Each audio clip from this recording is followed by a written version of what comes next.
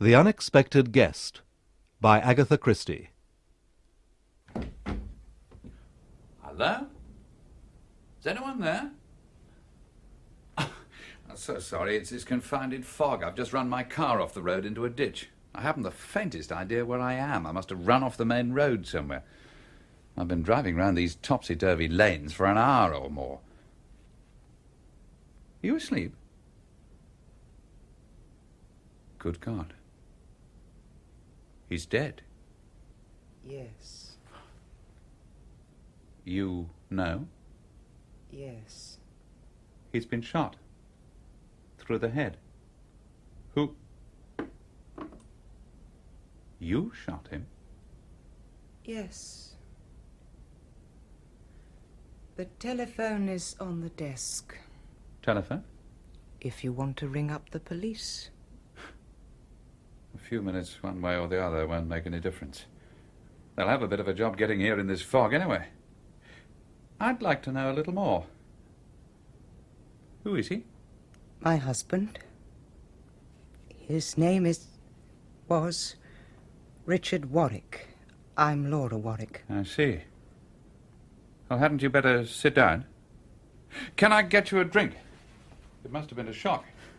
Shooting my husband? I should imagine so, yes. Or was it just fun and games? It was fun and games. But I would like that drink. Right. Now then, suppose you tell me all about it. Hadn't you better ring the police? All in good time. Nothing wrong with having a cosy little chat first, is there? I don't...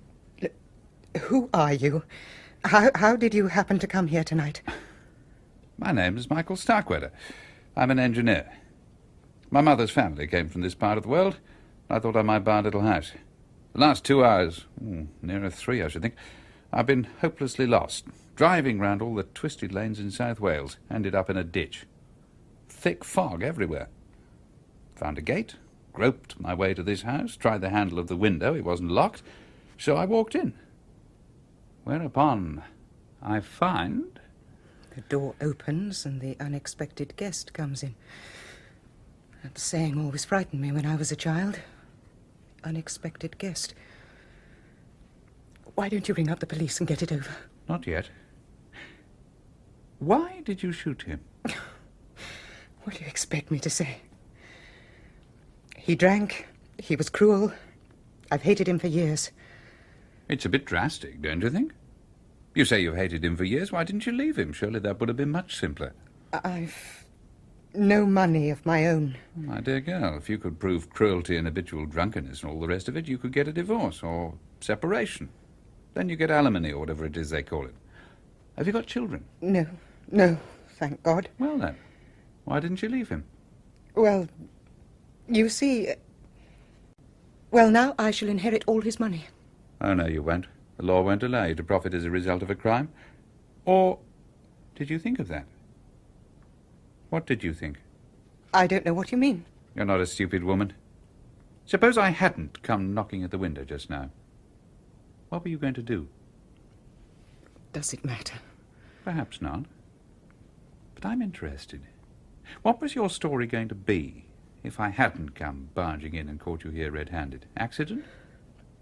Suicide? It doesn't matter, I tell you. I'm prepared for the worst. Just because I came in through that window? If I hadn't... But you did! Yes, I did. So you're for it. Now, let's go back a little. You've hated your husband for a long time, and tonight he said something that just pushed you over the edge. You snatched up the gun that was lying beside it. Why was he sitting here with a gun beside him anyway? It's hardly usual. That. He used to shoot at cats. Cats? Richard used to be well known as a big game hunter. Oh. That was where we first met in Kenya.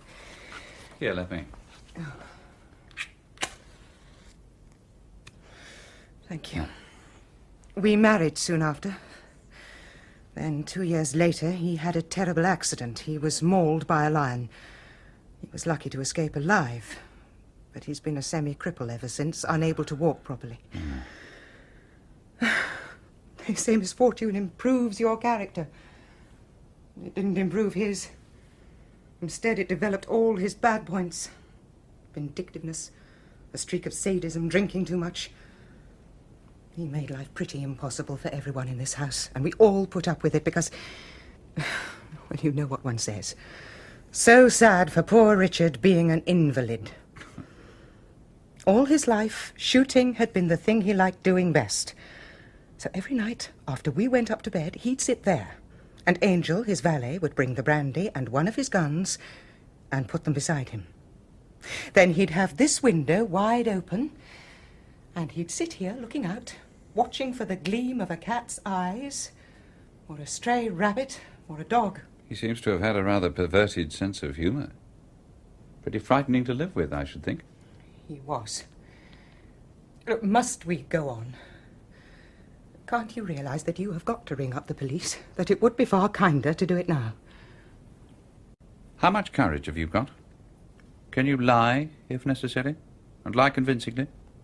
You're crazy. Probably. You don't know what you're doing. I know very well what I'm doing. I'm making myself an accessory after the fact. But why? Why? For the simple reason, I suppose, that you're an attractive woman. I don't like to think of an attractive woman being shut up in prison for the best years of her life. Everything I've told you may have been lies. It may. Maybe I'm a sucker. But I'm believing you. Now, who exactly is there in this house?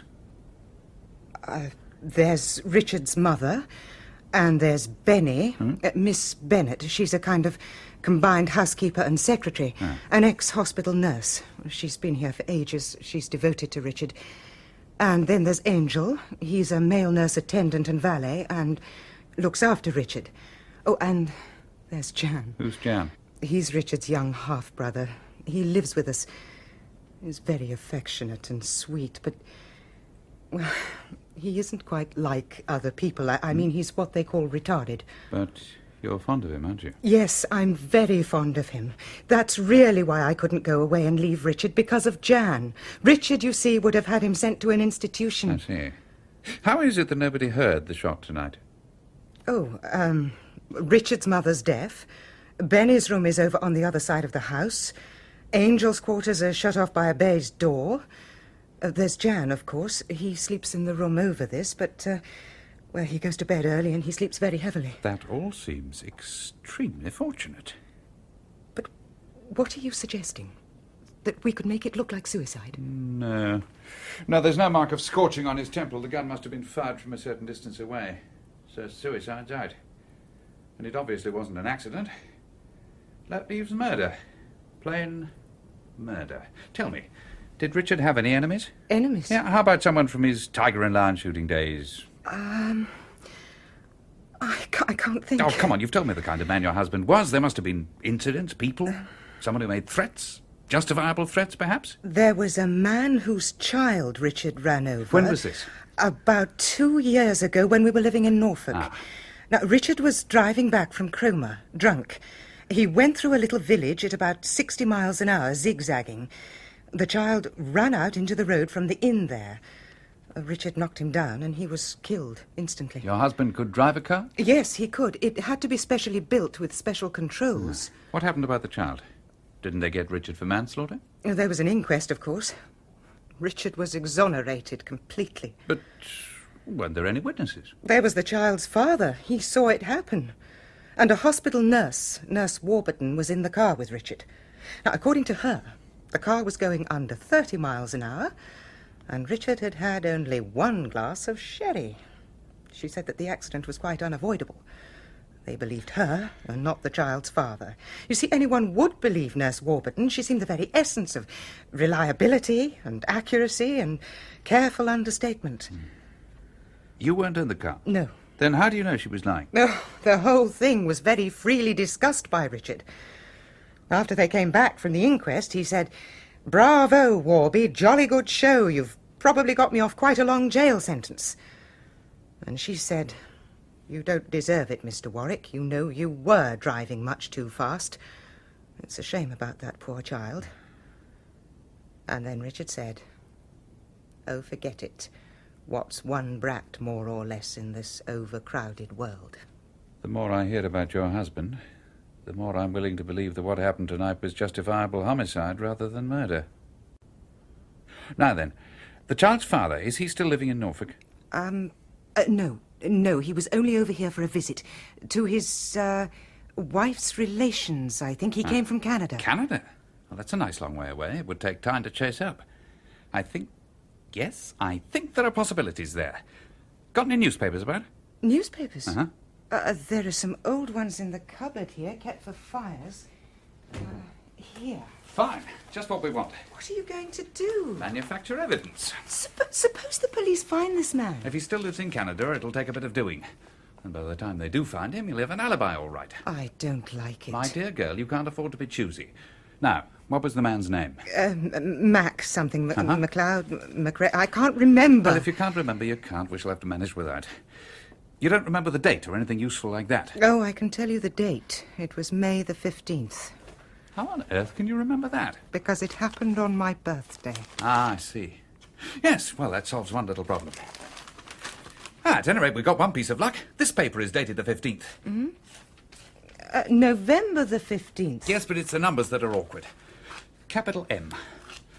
Now an A and a Y. What are you doing? Have you got any paste? On the desk. How to be a criminal in one easy lesson. And here's a plain block of writing paper, the kind sold all over England. Now, what's this? May 15, paid, in full. I stick the letters on the paper. Tricky with gloves. And then tuck it neatly into the jacket pocket. So. Oh, give it to me. Give it to me, please. It's my lighter. All right, it's your lighter. There's nothing to get upset about. You're not losing your nerve, are you? No. I just can't think. You don't have to think. You've just got to obey orders. Now, have you got a furnace of any kind in the house? There's the hot water boiler. Good. Now, the first thing you do is to go into the kitchen and put the rest of this newspaper in the boiler. Then you go upstairs, get out of your clothes and into a dressing gown or negligee or what have you. Have you got any aspirin? Yes. Right. Well, empty the bottle down the loo, then go along to someone, your mother-in-law or Miss Bennett, and say you've got a headache and want some aspirin. Then, while you're with whoever it is, leave the door open, by the way, you'll hear the shot. The shot? Yes, I'll attend to that. Now, when you hear it, register alarm and bring Miss Bennett and anyone else you can collect down here. Your story is that you don't know anything. You went to bed, you woke up with a violent headache, you went along for aspirin, and that is all you know. Understand? Yes. Then go along and do your stuff. You oughtn't to do this. You shouldn't get involved. Now, don't let's have any of that. Everyone has their own form of, what do we call it just now? Fun and games. Can you do what I've told you? Yes. Right. Oh, good. You've got a watch. What time do you make it? Just after 10 to 12. Right. I'll allow you 4 minutes. 4 minutes to go along to the kitchen, pop that in the boiler, go upstairs, out of your things, and along to Miss Bennett. Do you think you can do that? Laura? Yes. Now then, at 5 minutes to midnight exactly, you'll hear the shot. Off you go. You're not going to let me down, are you? No. Good. Sergeant Cadwaller, season of mists and mellow fruitfulness, close bosom friend of the maturing sun. What? Keats?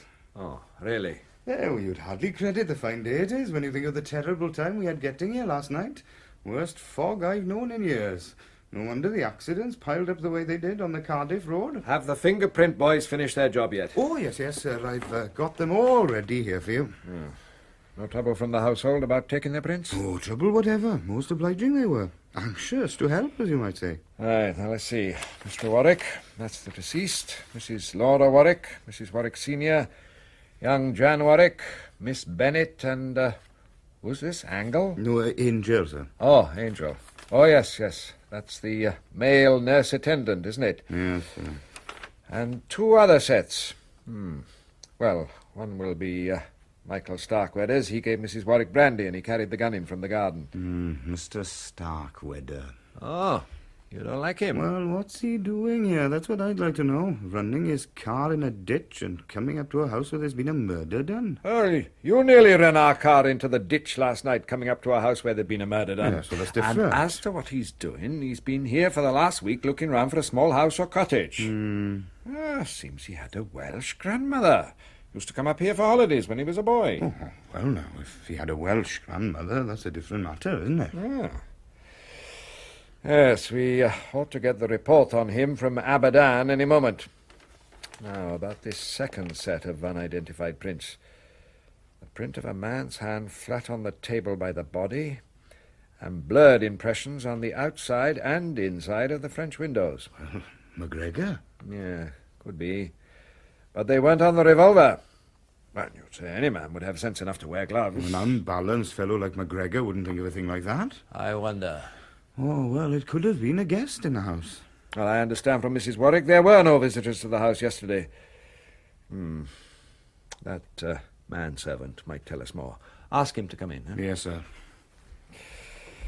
Yeah, Henry Angell. The inspector would like a few words with you. Henry Angell, Yes, sir. sit down, will you? Oh, thank you. Now then, you've been nurse attendant and valet to Mr. Richard Warwick for how long? 3.5 years, sir. Yeah. Do you like the job? I find it quite satisfactory, sir. What was Mr. Warwick like to work for? Difficult. But there were advantages? Yes, sir. I was extremely well paid. Which made up for other disadvantages. Eh? Yes, sir. I am trying to accumulate a little nest egg. Ah, I see. Oh, what's all this about guns and revolvers and shooting at animals? It was Mr. Warwick's hobby, sir. What we call in the profession a compensation. Huh? He'd been what they term a big game hunter, I understand. What was the good of his having a gun last night with that fog? It was just a habit, sir. He was used to it, as you might say. When did you last see him? About 9:45, sir. He had brandy and a glass by his side and the pistol of his choice. I arranged the rug for him and wished him good night. Didn't he go to bed? He always slept in his chair. At 6 a.m, I would bring him tea, and then I would wheel him into his bedroom for a bath, a shave, and so on. He then usually slept until lunchtime. He was rather an eccentric gentleman. Mm-hmm. And this window was shut when you left him? Yes, sir. There was a lot of fog about. Was it locked? No, sir. That window was never locked. I see. You didn't hear a shot last night? No, sir. Oh, isn't that rather remarkable? My room is some distance away, along a passage through a baize door. Wasn't that rather awkward in case your master wished to summon you? No, sir. He had a bell that rang in my room. A very shrill bell, sir. Did you not hear anything? Sergeant Cadwaller speaking. Oh, yes, indeed. It's Norwich, sir. Oh, thank you, Sergeant. Excuse me a moment, Mr. Angell. By all means. That you, Emerson? Will that be Thomas all? here. Oh, no, if you wouldn't mind hanging on, I'm sure the inspector... Got has a it, few more right. questions for you. Very well. Yes? Calgary? Yes? The aunt? When did she die? Oh, 2 months ago. Yes, I see. Sergeant. 18 34th Street, Calgary. Thank you. 18... Violent sort of fellow? Yes, you're sending it along. Yes, well, thank you, Edmondson. All right, thanks. Well, we've got some of the dope on McGregor. It seems that when his wife died, he travelled back from Canada to leave the child with an aunt of his wife's who lived in North Walsham, because he'd got a job in Alaska and couldn't take the boy. Apparently he was terribly cut up at the boy's death and went about swearing revenge on Warwick. Well, that's not uncommon after one of these accidents. Anyway, he went off back to Canada. They've got his address, and they'll send off a cable to Calgary. The aunt he was going to leave the child with died about 2 months ago. You were there at the time, I suppose, Angell. A motor accident in North Walsham, running over a boy. Oh, yes, I remember it quite well. Had Mr. Warwick been drinking? I believe he had had a glass of sherry, sir. Well, I think that'll do for now. Thank you, sir. Oh, by the way, were there any visitors to the house yesterday? Yesterday evening in particular? Not that I can recall at the moment. Well, thank you for your help, Mr. Angell. If you ask me, that fellow's a nasty bit of goods. Nothing you can put your finger on, mind. I don't like him. I quite agree.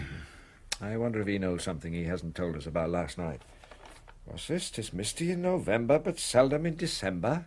Keats? No, Cadwaller. I might have guessed. Inspector, Mrs. Warwick is very anxious to see you. She's fussing a little. I mean Mrs. Warwick Senior, Richard's mother. Oh, certainly. Ask her to come in, Miss Bennett. It's all right, Mrs. Warwick. You can go in now. Oh, thank you, Bennett. Good morning, madam. Tell me, Inspector, what progress are you making? Oh, it's rather early to say that, but you can rest assured we're doing everything we can. This man McGregor, has he been seen locally, noticed? Inquiries have gone out about that.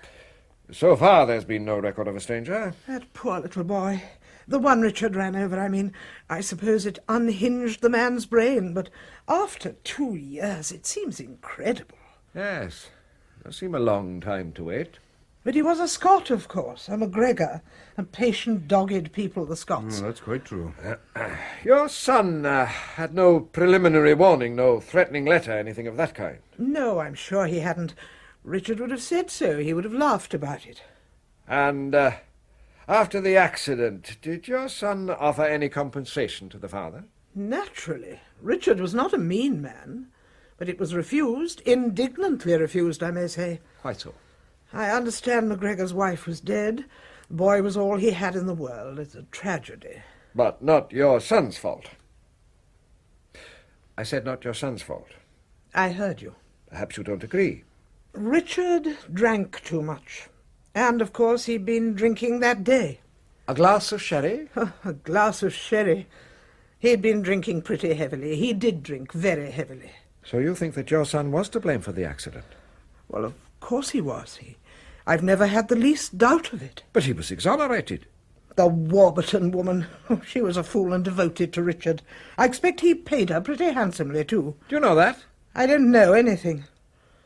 I arrive at my own conclusions. Now, I'm telling you all this now, Inspector, because what you want is the truth, isn't it? You want to be sure there's a sufficient incentive for murder. Well, in my opinion, there was. Only I didn't think that after all this time... You didn't hear anything last night? I'm a little deaf, you know. I didn't know anything until I heard people talking and passing my door. I came down and Jan said, "Richard's been shot. Richard's been shot." Jan is your younger son? Not my son. Oh? No, I divorced my husband many years ago. He remarried. Jan is the son of the second marriage. When my husband died, the boy came here. Laura has always been very kind to him. Yes. Now, about your son Richard... I loved my son, Inspector, but I was not blind to his faults, and was very largely due to the accident which crippled him. Quite. Was his married life happy? I haven't the least idea. Oh. Is there anything else you wish to know, Inspector? No, thank you, Mrs. Warwick. I should like to talk to Miss Bennett now, if I may. Yes, she's the person who can help you most. She's so practical and efficient. Has she been with you a long time? Oh, yes, for years. She looked after Jan when he was little. She helped with Richard, too. She looked after all of us. A very faithful person, Benny. Ah, good. Well, thank you, Mrs. Warwick. Would you mind showing in Miss Bennett now? Oh, yes, very well, Inspector. Drinking, man, huh? Well, I've heard that said of him. And all those pistols and air guns and rifles, a little queer in the head, if you ask me. Could be. Yes? You want to ask me some questions? I've got a good deal to do this morning. Oh, yes, Miss Bennett. I just wanted to hear your account of the car accident with the child in Norfolk. Well? Did it happen because Mr. Warwick had been drinking? Oh, I suppose his mother told you that. Well, you mustn't go by all she says. She's got a prejudice against drink. Richard's father drank. You think, then, that Richard Warwick's account was true? I don't see why it shouldn't have been the truth. Nurse Warburton corroborated him. And her word was to be relied upon? I should hope so. People don't go around telling lies about that sort of thing, do they? Oh, don't they indeed? The way they talk sometimes, you'd think that not only were they within the speed limit, but that they'd got into reverse at the time. Thank you, Sergeant. What I am getting at is this, Miss Bennett. In the grief and stress of the moment, a man might easily threaten revenge for an accident that had killed his child. But on reflection, if things were as stated, he would surely have realized that the accident was not Richard Warwick's fault. Oh, yes, I see what you mean. But if, on the other hand, there had been furious driving, if the car had been out of control... Did Laura tell you that? What makes you think she told me? I don't know, I just wondered. Is that all? I'm very busy this morning. Oh, yes, I'm sure. I'd like to have a word with Jan next, if I may. Why can't you find this man McGregor and question him? He can't have got far. Oh, we'll find him, don't you worry. I hope you will. Revenge. It's not Christian. Oh, especially when the accident was not Mr. Warwick's fault and could not have been avoided. Exactly. I'd like to speak to Jan, please. Sergeant? Oh, at once, sir. You're not to worry him. He's very easily unsettled. He gets excited, temperamental. Oh, you needn't worry, Miss Bennett, I assure you. We quite understand the position. Do you want me? Have you caught him yet? Will there be blood on his clothes? Jan, you must behave yourself. Just answer what you're asked. Oh, yes, I will. But can't I ask any questions? Of course you can ask questions. Thank you, Miss Bennett. Oh, all right. All right, I'm going. How then, Jan Bach? I don't suppose you've ever been in close contact with a murder before? No, I haven't. It's very exciting, isn't it? Have you got any clues? Fingerprints or bloodstains? Oh, you seem very interested in blood. Oh, I am. I like blood. Oh. Richard shot things, you know, and then they used to bleed.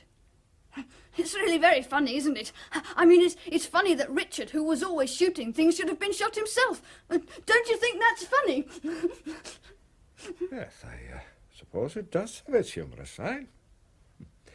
You're very upset that your brother's dead? Upset? That Richard is dead? No. Why should I be? I thought perhaps you were very fond of him. Fond of him? Fond of Richard? Oh, no. Nobody could be fond of Richard. I suppose his wife was fond of him. Laura? No, I don't think so. She was always on my side. On your side? Yes. Yes. When Richard wanted me sent away. Sent away? To one of those places. You know, where they send you and you're locked up and you can't get out. Oh. I wouldn't like to be locked up. I'd hate to be locked up. But nobody can lock me up now, can they? I shouldn't say so. Not now that Richard's dead. Hello, Laura. Am I interrupting? No, of course not, Mrs. Warwick. Is Jan... I was about to ask him if he remembers anything about that accident to the boy in Norfolk, the McGregor boy. Do you remember, Jan? Of course I remember. I remember everything. And what do you know about the accident, Mrs. Warwick? Was it discussed at luncheon that day after the inquest? I don't remember. Oh, yes, Laura. Richard said one brat more or less in the world didn't make any difference. Please. It's quite all right, Mrs. Warwick. It is important, you know, that we get at the truth of that accident. If I had an enemy, that's what I'd do. Wait a long time, and then I'd come creeping along in the dark with my gun, and then bang, bang, bang! Be quiet, Jan. Oh, Laura, are you angry with me? No, darling, I'm not angry, but don't get excited. I'm not excited. Who's there? Sounds like Mr. Starkwedder. Look here, I can't spend all day kicking my heels in the police station. I've got things to do. I've got 2 appointments with the house agent today. Oh, good morning, Mrs. Warwick. I'm so sorry. Good morning. Mr. Starkwedder, last night, did you lay your hand on this table and subsequently push the window open? Don't know. May have done, can't remember. Oh, I beg your pardon, sir. Here are Mr. Starkwedder's prints, sir. The constable brought them, and the ballistics report. Ah, good. Let's see. Well, the bullet that killed Richard Warwick definitely came from this gun. As to the fingerprints, we'll soon see. Sergeant? You've just come back from Abadan, haven't you? What's Abadan like? Hot. Oh, How are you today, Mrs. Warwick? Feeling better? Oh, yes, thank you. I've got over the shock now. Good. Well, this seems to settle it. They're not your prints. Huh? What's that? Your prints are on the window, decanter, glass, and cigarette lighter. The prints on the table are not yours. Well, that settles it then. Since there were no visitors here last night, No. they must be McGregor's. McGregor's? You sound surprised. Yes, I am rather. I mean, I should have expected him to have worn gloves. He handled a revolver with gloves. And was there any quarrel, Mrs. Warwick? Or was nothing heard but the shot? Benny and I, we just heard the shot. Julian! Julian! Laura, I've just heard... Oh, I'm most terribly sorry. Oh, good morning, Major Farrar. This is an extraordinary business. Poor Richard. It is exciting, isn't it? Huh? Yes, of course it's exciting. Oh, Major, this is Mr. Starkwedder. Major Farrar, who may be our next Member of Parliament. He's contesting the by-election. How do you do? How do you do? Mr. Starkwedder actually saw the murderer leaving last night. Yes, I'd run my car into a ditch. I was coming up to the house to see if I could telephone and get some help. Which way did this man go? No idea. Vanished into the mist like a conjuring trick. You told Richard someone would shoot him one day, didn't you, Julian? Did I? I don't remember. Oh, yes, you did. At dinner. You know, you and Richard were having a sort of argument. You said, "One of these days, Richard, somebody will put a bullet through your head." A remarkable prophecy. Oh, well, Richard and his guns were pretty fair nuisance value, you know. People didn't like it. Yes.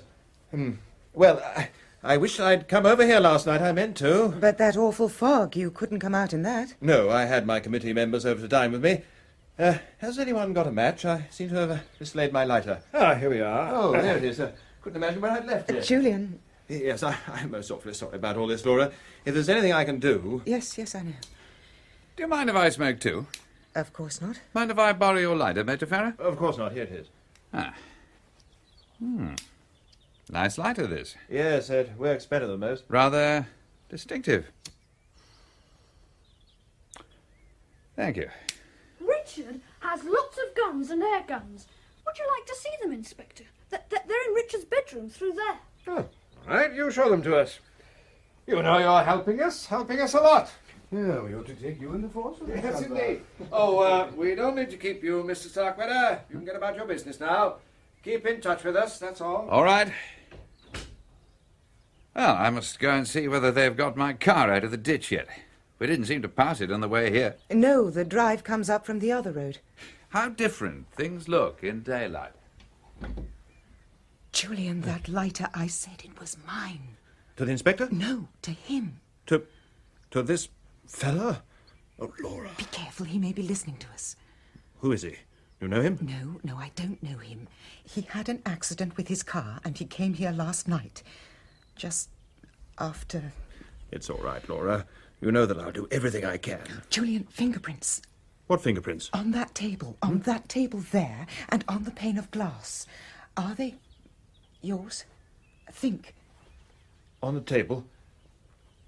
Yes, they might have been. Oh, God, what shall we do? The police think it's this man, McGregor. Oh, well, that's all right then. They'll probably go on thinking so. But suppose... I must go. I've got an appointment. It's just all right, Laura. Don't worry. I'll see you're all right.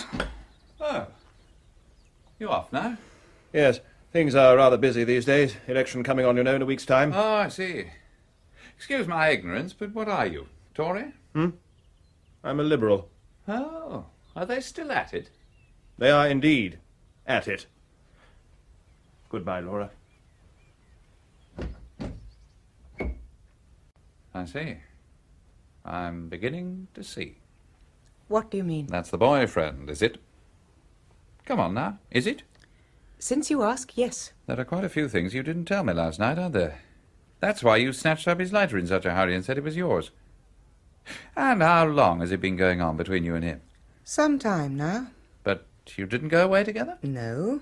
There's his career, for one thing. It might ruin him politically. Oh, surely not these days. Don't they all take adultery in their stride? These would have been special circumstances. He was a friend of Richard's, and with Richard being a cripple. Oh, I see. Not good publicity. You want to try a little experiment? Where were you standing when you shot Richard? Oh, by the window. Go and stand where you were standing. I can't remember. I was upset. Your husband said something to you. You snatched up the gun. Come on, pick it up. Pick it up. That's right. Now, you snatched it up and you shot him. Show me how you did it. Go on, shoot. It isn't loaded. I thought so. You've never fired a revolver in your life. Look, you don't even know enough to release the safety catch. You didn't shoot your husband. I did. No, you didn't. Well, then why should I say I did? Because it was Julian Farrar who shot him. No. Yes. If it was Julian, why on earth should I say I did it? Because you thought, and thought quite rightly, that I'd cover up for you. But I'm damned if I'm going to tell a pack of lies to save Major Julian Farrar's skin. Oh, yes, you are. You'll have to. You can't back out now. You've told your story to the police. You can't change it. What? Whatever you know or think, you've got to stick to your story. You're an accessory after the fact. You said so yourself. Well, I'm damned. You little bitch.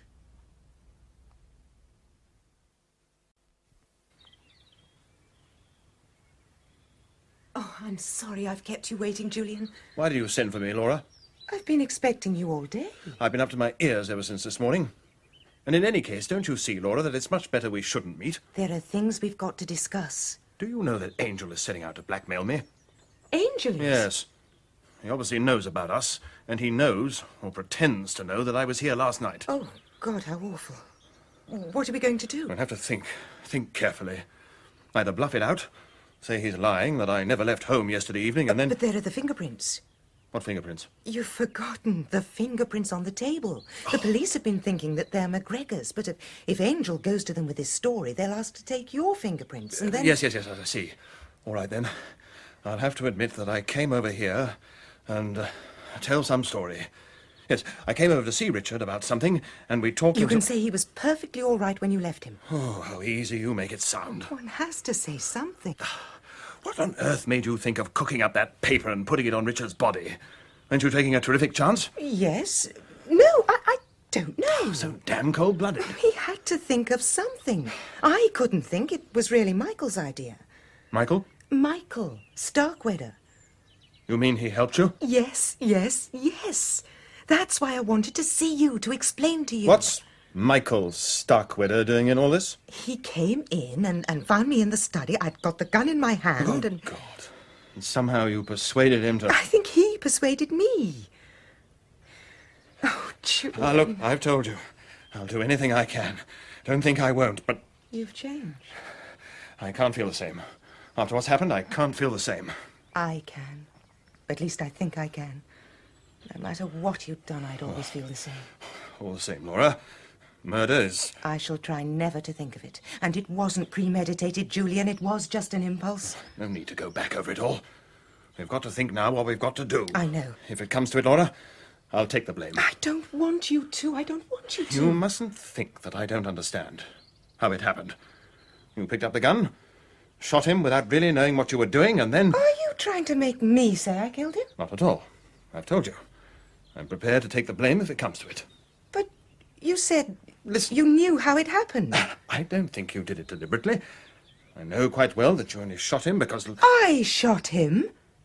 Are you really pretending to believe that I shot him? For God's sake, let's be honest with each other. I didn't shoot him, and you know it. Well, then who did? Laura, are you trying to say that I shot him? I heard the shot, and your footsteps on the path going away. I came down, and there he was, dead. I didn't shoot him. I came over here to see him, to tell him that after the election we'd got to come to some arrangement about a divorce.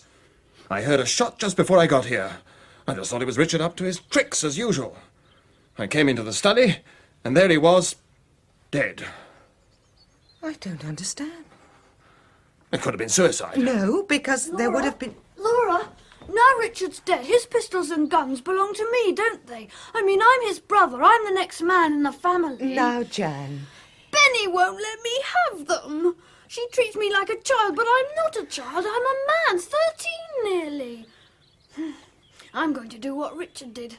I'm going to shoot squirrels and birds and cats. I might shoot people if I don't like them.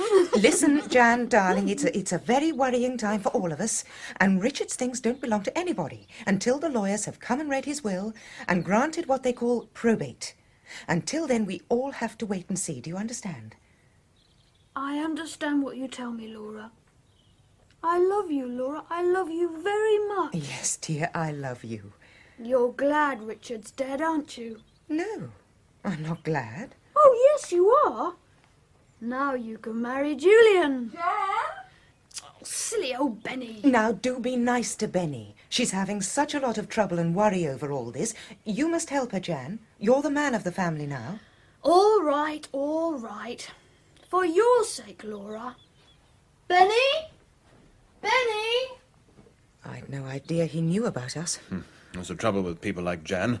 You never know how much or how little they do know. He gets rather easily out of hand, doesn't he? He gets easily excited, yes. But now that Richard isn't here to tease him, he'll calm down. Good afternoon. Oh. Good afternoon. Oh, how's everything? Bright and cheerful? I see. Two's company and three's none. Oh, please don't. As a matter of fact, I've come for two reasons. First, to say goodbye. My character's been cleared. High-level cables from Abadan saying what a fine, upright fellow I am. So, I'm free to depart. Oh, I'm sorry you're going so soon. That's nice of you, considering the way I butted into your family murder. But I came in by the garden for another reason. The police brought me up in their car, and although they're being very tight-lipped about it, it's my belief there's something up. They're in the study now. Doubtless you'll hear all about it. Shall we join them?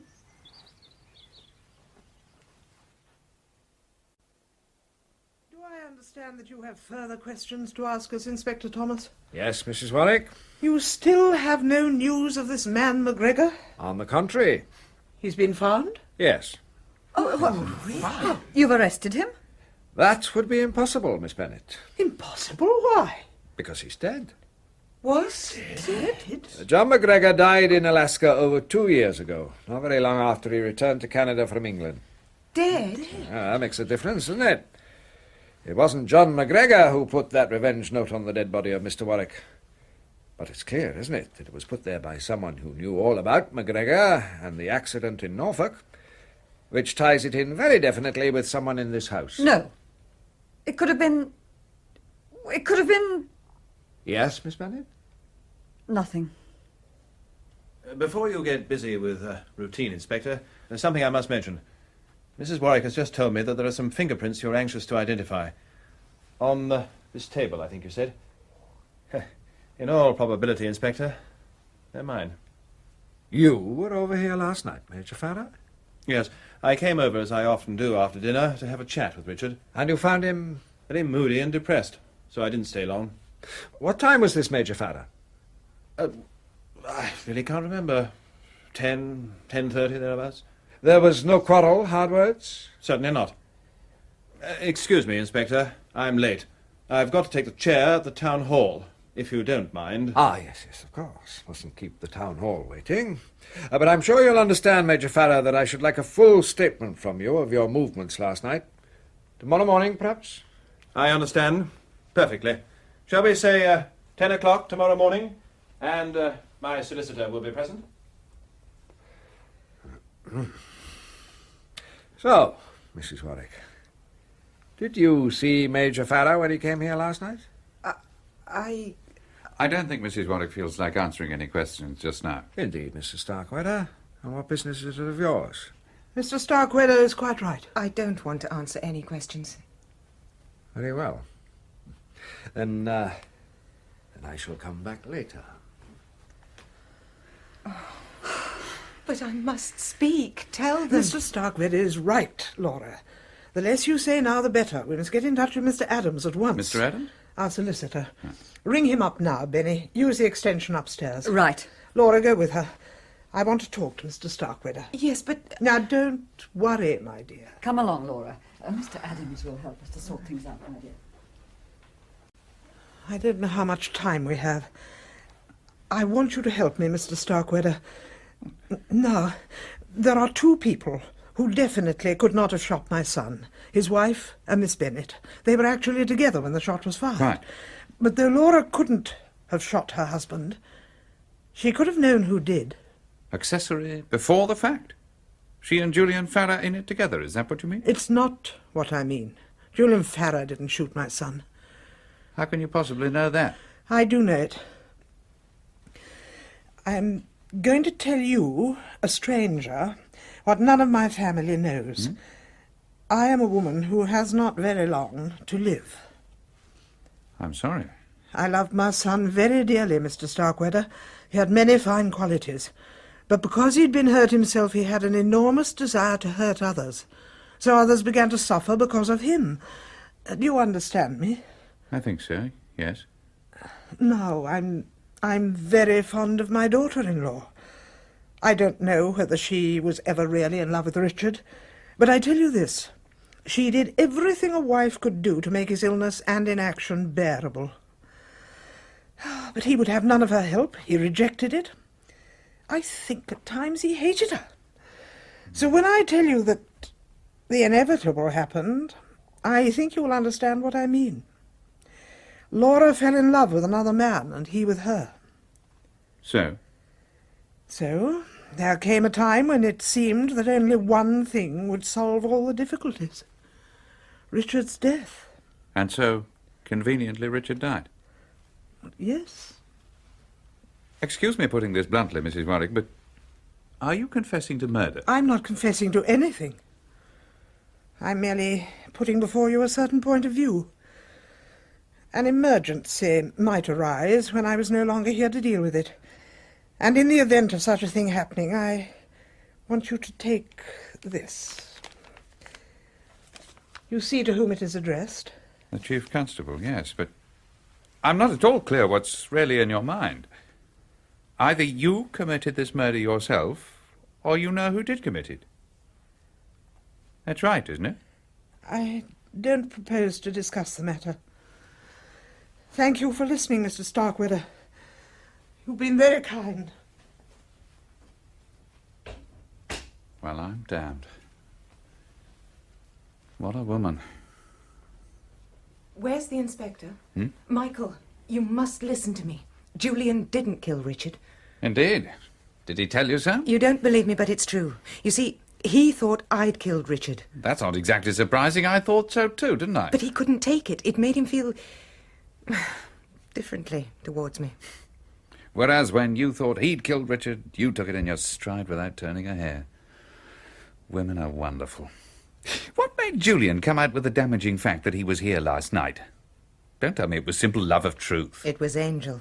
He saw, or says he saw, Julian here. Ah, I thought I got a whiff of blackmail. Not a nice fellow, Angell. He says he saw Julian just after the shot was fired.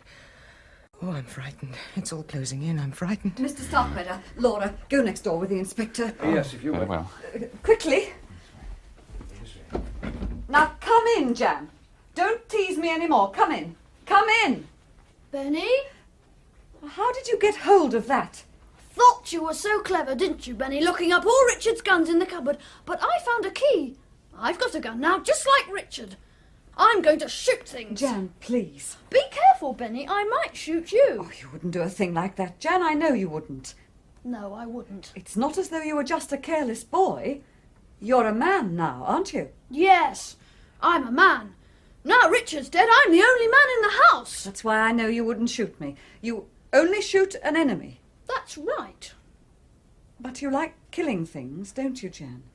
It's exciting to kill things. You didn't want Richard to have you sent away, did you? He said he would. He was a beast. You said to him once that you'd kill him if he was going to send you away. Did I? But you didn't kill him. Who says so? Perhaps I did. Oh, no. It wouldn't be you. You're only a boy. You wouldn't have dared.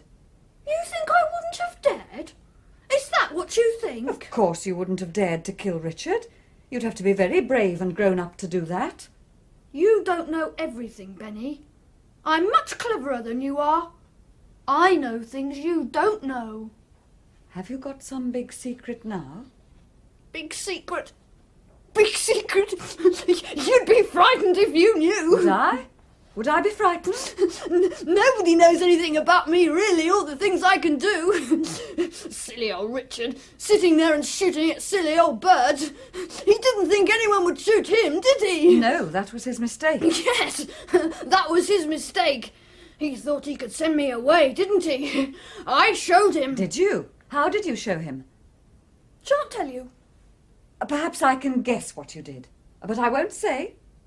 It'll be just your secret, won't it? Yes, it's my secret. Nobody knows what I'm like. I'm dangerous. Richard didn't know how dangerous you were. He must have been surprised. He was. He was surprised. His face went all silly. And then his head dropped down when it was done. And there was blood. And he didn't move anymore. I showed him. He won't send me away now. Give me the gun, Jan. Oh, no, you don't. Nobody's going to take my gun away from me. If the police come and try and arrest me, I shall shoot them. Oh, there's no need to do that. No need at all. You're clever. You're so clever that they will never suspect. Silly old police! Silly old police! Silly old Richard! After him, Sergeant, quick. Right then. Now then, John, come back here. There, Miss Bennett. You mustn't take on so. You did very well. I've known all along. You see, I know better what Jan is like than anyone else. And I knew Richard was driving him too far, and I've known for some time that Jan was getting dangerous. Jan. Oh, no, not Jan. I can't believe it. How could you, Benny? How could you? I thought at least you would be loyal. There are times when truth is more important than loyalty. Oh. You didn't see, any of you, what was happening. He's a dear boy, a sweet boy, but When they get above a certain age, then they get dangerous. I think I can take it upon myself to say that he'll be treated with humanity and consideration. It'll mean detention, but in comfortable surroundings. And that, you know, is what it would have come to soon in any case. Yes, you're right. I'm sorry, Benny. You said that nobody knew he was dangerous. I knew. But I couldn't bring myself to do anything about it. somebody had to do something. Sir! What's happened, man? It's terrible what I've got to tell you. Oh, God, man, your hand! He shot at me up there on the edge of the spinney. Shot at me twice, and the second time when he got me in the hand. I tried to get the gun away from him, but, well, I was hampered, you see, with my hand. Yes, what happened? His finger was on the trigger and it went off. He's shot through the heart. He's dead. Where is he? I'll come with you and show you. No, you better stay here. No, I'm all right now. I'll do all right till we get back. Come on. I'm more sorry than I can say, but perhaps it's all for the best. Yes, it is for the best. He's out of it now, poor boy. Oh, come, my dear, come. This has been too much for you. Oh, dear. I think I'll go and lie down. I think you'd better have this envelope back, Mrs. Warwick. Oh, yes. There's no need for that now. Come on. May I say how sorry I am, madam? If there is anything We can shall do, need no more help from you, Angell. You shall have a cheque for your wages, and I should like you out of the house today. Very well, madam. Thank you, madam. No prosecution for blackmail? No. Pity. Well, I suppose I'd better be going. I'll say goodbye. Don't be too upset. I am upset. Because you love the boy? Yes. And because it's my fault. You see, Richard was right. He should have been sent away somewhere, shut up where he couldn't do any harm. It was I who wouldn't have that. So really it was my fault that Richard was killed. Come on, Laura, don't let's sentimentalise. Richard was killed because he asked for it. What you've got to do now is to be happy ever after, as the stories say. With Julian? I wonder. You see, it isn't the same now. Between Farrar and you? Yes. Ever since... you know. Men are rarely the sensitive sex. Women are tough. If a man's committed a murder for a woman, it probably enhances his value in her eyes. A man feels differently. You didn't feel that way. Hmm? When you thought I'd shot Richard, you helped me. Oh, that was different. I had to help you. Why did you have to help me? I still want to help you. Don't you see we're back where we started? In a way, it was I who killed Richard because of being so obstinate about Jan. That's what's eating you, really, isn't it? Finding out that it was Jan who shot Richard. But it needn't be true, you know.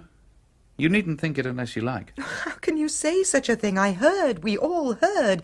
He admitted it. He boasted of it. Yes, I know all about that. But how much do you know about the power of suggestion? Your Benny played him up very carefully, got him worked up, and the boy was suggestible. Benny dangled the bait in front of him, and he took it. He'd shot Richard, and he was a hero. But you don't know, none of us really know, whether what he said was true. But he shot at the sergeant. Oh, yes, he's a potential killer, all right. It's quite likely he shot Richard. But you can't say for sure he did. It might have been Benny, or Mrs. Warwick, or even your boyfriend Julian, afterwards pretending that he thought you'd done it, a clever move which took you in completely. You don't believe what you're saying. You're only trying to console me. My dear girl, anyone might have shot Richard. Even McGregor. McGregor? But McGregor's dead. Of course he's dead. He'd have to be. Look here. I can put up a very pretty case for McGregor having been the killer. Say he decided to kill Richard as revenge. What does he do? Well, first thing is he has to get rid of his own personality. Well, it wouldn't be difficult to arrange for a death in some remote part of Alaska. Then he changes his name, and he starts building up a new personality for himself in some other country, some other job. Go on. He keeps tabs on what's going on over here, and when he knows that you've left Norfolk and come to this part of the world, he lays his plans. He shaves his beard, dyes his hair, and all that sort of thing, of course, and then, on a misty night, he comes here. Now, let's say it goes like this. Let's say McGregor says, I've got a gun, and so have you. I'll count 3 and we both fire. I've come to get you for the death of my boy. You know, I don't think your husband was quite the fine sporting fellow you think he was. I have an idea he mightn't have waited for 3. You say he was a damn good shot, but this time he missed. And the bullet went out into the garden, where there are a good many other bullets. But McGregor doesn't miss. He shoots and kills. Drops his own gun by the body, takes Richard's, goes out of the window, and presently he comes back. Comes back? Why? Well, suppose he has an accident and can't get away from here. What can he do? Only one thing. Come up to the house and discover the body. You speak as though you know just what happened. Of course I know. Don't you understand? I'm McGregor. You? Goodbye, Laura. Wait, come back. Come back. Oh, Michael, come back.